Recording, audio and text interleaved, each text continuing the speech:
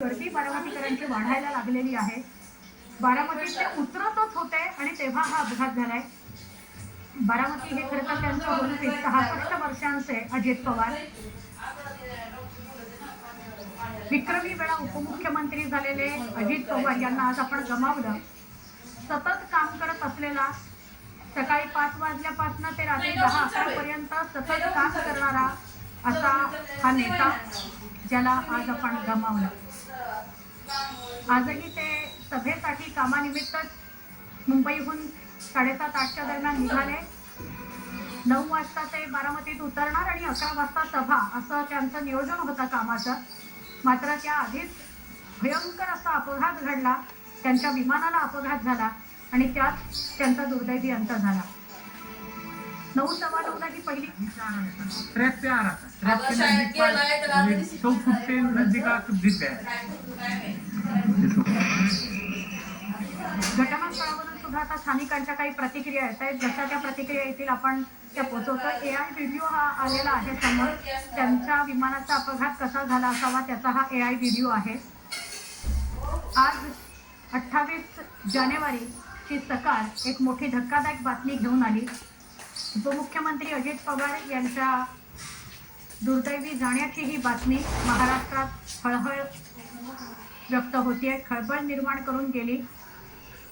अजून सुद्धा अनेकांना विश्वासच बसत नाहीये की अशी घटना घडली आहे। उपमुख्यमंत्री अजित पवार हे आगामी निवडणुकीच्या करता सभा घेण्यासाठी म्हणून बारामतीत आज येणार होते। बारामतीत उतरण्याआधीच त्यांच्या विमानाचा अपघात झाला। बातमी अशी मिळतेय की सुप्रिया सुळे, सुनेत्राताई या सगळ्या निघालेल्या आहेत, मुंबईकडे बारामतीकडे रवाना झालेल्या आहेत।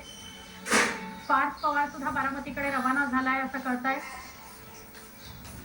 अनेक नेते हे बारामतीच्या रुग्णालयामध्ये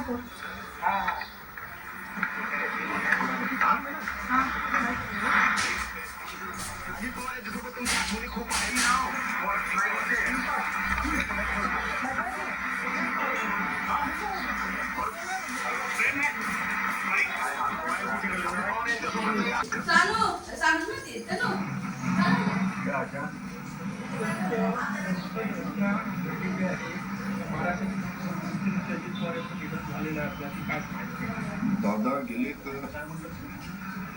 अजूनही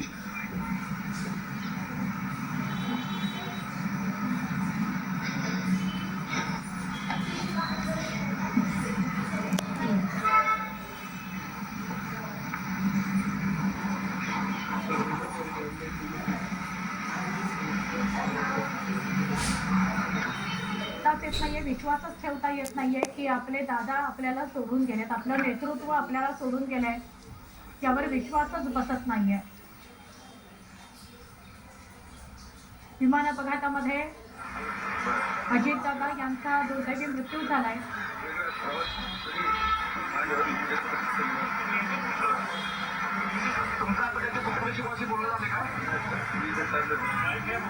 आता सुप्रेसोळे वगैरे निघालेले आहेत सगळे।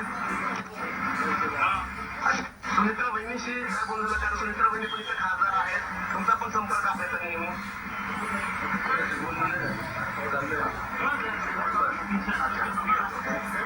पण आधी दादा त्यांचं रोखोक बोलणं असलं तरी सुद्धा आपल्या लोकांवर प्रेम जे आहे ते त्यांचं कायम असायचं आणि शब्दाला जगणारा हा नेता हा असायचा।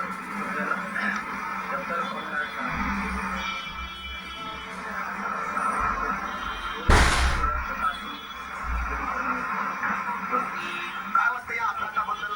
अनेक चर्चा आहे, चौकशी व्हावी याची